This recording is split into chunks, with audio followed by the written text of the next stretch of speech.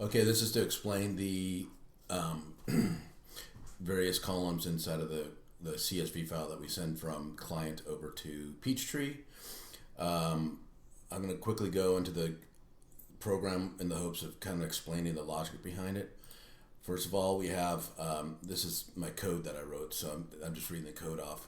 Basically, the 111 is, the first one is just accounts receivable GL number, and PeachTree requires that for all transactions.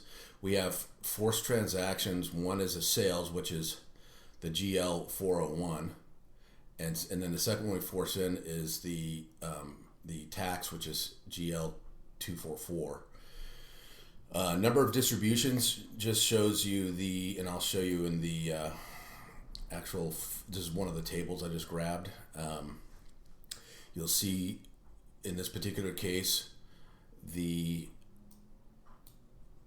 invoice number 337427 has 3 distributions, meaning 3 lines.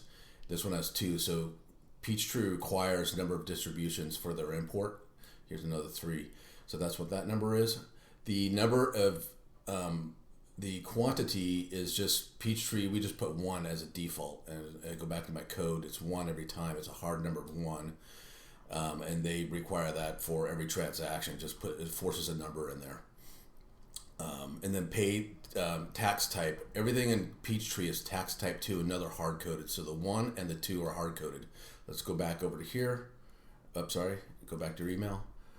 So we got the GL, column F is the accounts receivable, column G is the actual county, and when the way we get our taxes from a table called taxes. Find that table real quick, and you'll see that we use a 2-letter acronym for the county. So here's Alameda, and here's our tax rate. So we compute all that on the client side when we're invoicing. We actually go into this tax table, find the county they're in, and then apply their tax to their taxable items that are flagged in their inventory record. The column M here is simply, go back to this here. Column M is, column N is the tax type. Yeah, there you go.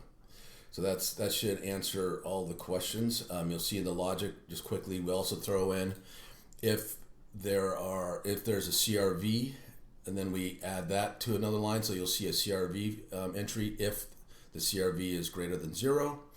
And then we have a field called inside of sales order master called total sweetener tax. If that's greater than 0, then it adds a record for that. So these are highly configurable tables, and they're specific just to PeachTree. And I'm sure NetSuite has a totally different way of doing things. So I prefer to dig into what they require, and then troubleshoot and come up with a plan from there. But that's explaining the Palo Alto Foods and PeachTree's entries. And this one here, just so you know, this bottom thing here is just a summary of basically the sales. So it doesn't have all the CSVs. It's more of a sanity check to make sure that the import worked out right. So we'd match the bottom summation of all these fields to the import inside of PeachTree to make sure that we didn't have any errors while we're doing an import. And that should hopefully take care of it. Thank you.